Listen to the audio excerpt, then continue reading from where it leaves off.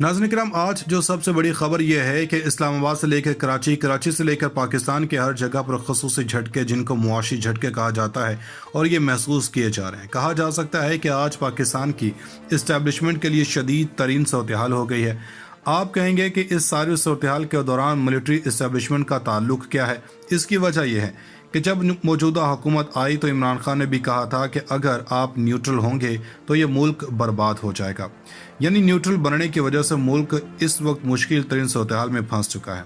आज का दिन शहबाज शरीफ के ब्लंडर ने नई मुश्किल में डाल दिया।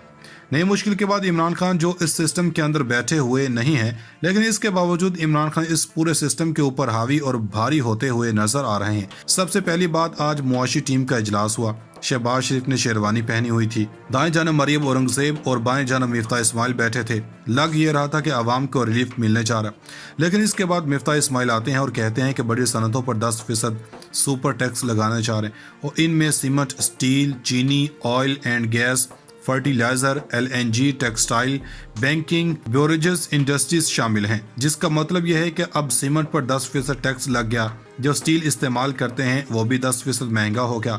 मतलब यह है कि ऑयल और गैस भी महंगी होगी, बैंकिंग सेक्टर भी पैसे लग गए, कपड़े महंगे हो जाएंगे। इसके बाद इन्होंने कहा कि अमीर तबके पर भी टैक्सेस लगा रहे हैं और ये बड़ा ज़रूरी है। अब तहरीक इंसाफ ये कह रही है कि आपने तो पूरे सिस्टम का बेड़ा गर्क कर दिया, अब इनका ऐलान करना था, मगर इसके बाद पाकिस्तान के सबसे बड़ी स्टॉक एक्सचेंज क्रैश कर गई। अगर तज्जियाकारों की ज़ुबान में कहें तो ये बनता है कि आज 2055 पॉइंट्स स्टॉक मार्केट गिर गई है, जिसके बाद अब ये 40,663 पॉइंट्स के सतह पर है। यानी जो 42,000 की जो नफसियाती सतह थी, इससे भी नीचे गिर गई है। यानी अरबों नहीं खरबों रुपए लोगों के डूब गए। यानी पाकिस्तान के तजुर्बाकार टीम को कारोबारी तबके ने मुस्तरद कर दिया। अब मनफी रुझान के बाद सूरत हाल इस नहज पर पहुंची है कि स्टॉक एक्सचेंज में कारोबार मुअत्तल करना पड़ गया, क्योंकि अगर एक घंटा भी और चलता तो मजीद लोगों को अरबों रुपया डूब जाता। बात यहाँ ही नहीं रुकती कि स्टॉक एक्सचेंज तक रही। गुज़श्ता रोज डॉलर सस्ता हुआ था, मगर इनकी वजह से आज डॉलर की कदर मजीद गिर गई। इसका मतलब क्रैश कर गई। डॉलर की कदर में इजाफा हुआ तो किसी से सवाल करेंगे कि वो कहेगा कि मुबारक को पाकिस्तानियों को और इम्पोर्टेड हुकूमत को, जिन्होंने पाकिस्तान का भट्टा बिठा दिया। इस वक्त फवाद हुसैन ने जो बात की है, कहा कि जब वज़ीर आज़म के बयान के बाद स्टॉक मार्केट क्रैश कर जाए तो इससे हुकूमत की पॉपुलैरिटी का अंदाज़ा लगाया जा सकता है। फवाद हुसैन ने कहा कि फौरी तौर पर इलेक्शन का ऐलान करें। एक और खबर सुनने कि यह हुकूमत मजीद इस्तेहकाम को ख़राब करने की कोशिश कर रही है। इस हकदार को लाने की तैयारी है कि सिर्फ और सिर्फ अपनी रिपोर्ट को बेहतर करने के लिए ये करने जा रहे हैं। डार ने 33 अरब डॉलर्स मार्केट में फेंक फेंक कर ज़ाया किए थे। मकसद ये था कि हमने डॉलर को एक जगह रखा हुआ है।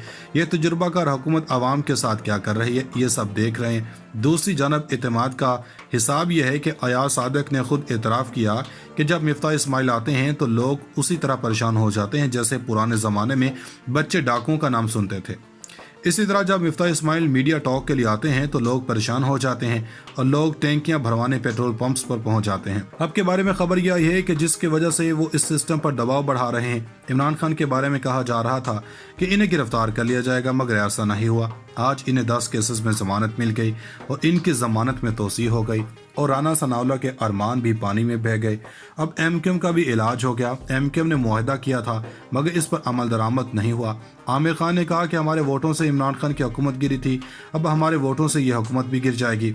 मगर इनको ये बताना भी ज़रूरी है कि आप खुद कोई फैसला नहीं कर सकते, जब आर्डर आएगा तब ही मुमकिन होगा, मगर ऐसा फिलहाल तो नहीं है। दूसरी जानब सिंध हाई कोर्ट ने बल्दियाती इलेक्शंस के लिए सिंध लोकल गवर्नमेंट एक्ट होना जरूरी है, मगर इस पर भी अभी तक बात नहीं बनी, और सिंध हाई कोर्ट ने इंतखाबात को मुलतवी करने के हवाले से फैसला दे दिया है और MQM की इस्तदा मुस्तरद कर दी है।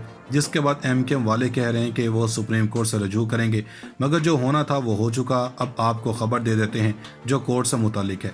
एक जज रिटायर हो रहे हैं, इनकी जगह पर अपॉइंटमेंट होनी है, और ये अपॉइंटमेंट पंजाब से होनी है। खबर यह है कि चीफ जस्टिस उमर अता बंदयाल ने लाहौर हाई कोर्ट के जस्टिस शाहिद वहीद को रिकमेंड कर दिया है। इनको सुप्रीम कोर्ट में ले जाने के लिए वो सीनियरिटी लिस्ट में लाहौर हाई कोर्ट में चौथे नंबर पर हैं। ये जो जाएंगे 2032 में सुप्रीम कोर्ट के चीफ जस्टिस भी बनेंगे, क्योंकि रूल्स के मुताबिक इस वक्त ये कुर्सी पर बैठेंगे। नाज़रीन इकराम, इमरान खान की जन्म से मुख्तदर हलकों के नट बोल्ट कसने का आगाज जो कि कल से हो चुका था, अब ये मामला बहुत आगे बढ़ता जा रहा। सूरत हाल के अंदर संगीनी आती जा रही, और पहले जो नाम इशारों कनाइयों में लिए जाते थे اب کھل کر نام لیے جا رہے ہیں، بلکہ کھل کر باتیں کی جا رہی ہیں، کھل کر یہ بتایا جا رہا ہے کہ ملک کے موجودہ معاشی حالات کا ذمہ دار کون ہے۔ جبکہ ضمنی الیکشنز کے حوالے سے عمران خان نے ایک انکشاف کیا کہ ایک بریگیڈیئر کی کوشش ہے کہ پی ٹی اے نہ جیت سکے، یہ بہت بڑا انکشاف تھا۔ اس ضمنی الیکشن میں 15 سے 20 کروڑ کا سودا ہو رہا ہے اور اس حوالے سے بھی کچھ تفصیلات ہیں، اور ہمسا شہباز شریف کس طرح سے رنگے ہاتھوں پکڑا گیا، اور دوسری جانب کچھ اور ڈیولپمنٹس ہوئی ہیں۔ مشرف کی واپسی کا فیصلہ نہ کر کے کس طرح سے جنرل مشرف کی فیملی نے نواز شریف کی واپسی کے راستے بند کر دیے ہیں، ڈیل کیا تھی، معاملہ کیا تھا، اس حوالے سے بھی ایک نیا انکشاف ہوا۔ عوامی مسلم لیگ کے سربراہ شیخ رشید نے کہا کہ مشرف کا پاکستان آنے سے انکار نواز شریف کے پاکستان میں آنے میں رکاوٹ بن گیا۔ معاون خصوصی جمعہ بازار لگا ہوا ہے، معیشت وینٹیلیٹرز اور نظام دریابرد ہو رہا ہے۔ انہوں نے جس جانب اشارہ کیا، D G I S P R نے کہا کہ ادارہ یہ چاہتا ہے کہ مشرف واپس آئیں، جس کے بعد نواز سیدھا لیٹ ہی گئے۔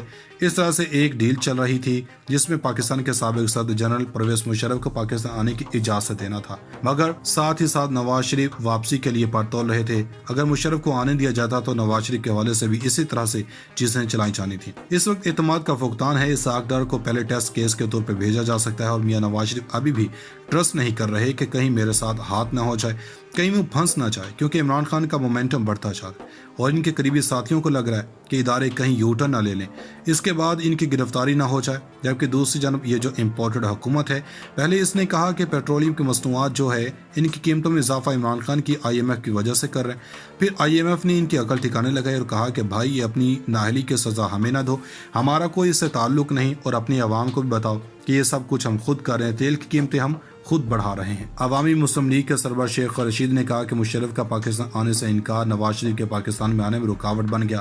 معاون خصوصی جمعہ بازار لگا ہوا ہے، معیشت وینٹیلیٹرز اور نظام دریابرد ہو رہا ہے۔ انہوں نے جس جانب اشارہ کیا، D G I S P R نے کہا کہ ادارہ یہ چاہتا ہے کہ مشرف واپس آئیں، جس کے بعد نواز سیدھا لیٹ ہی گئے۔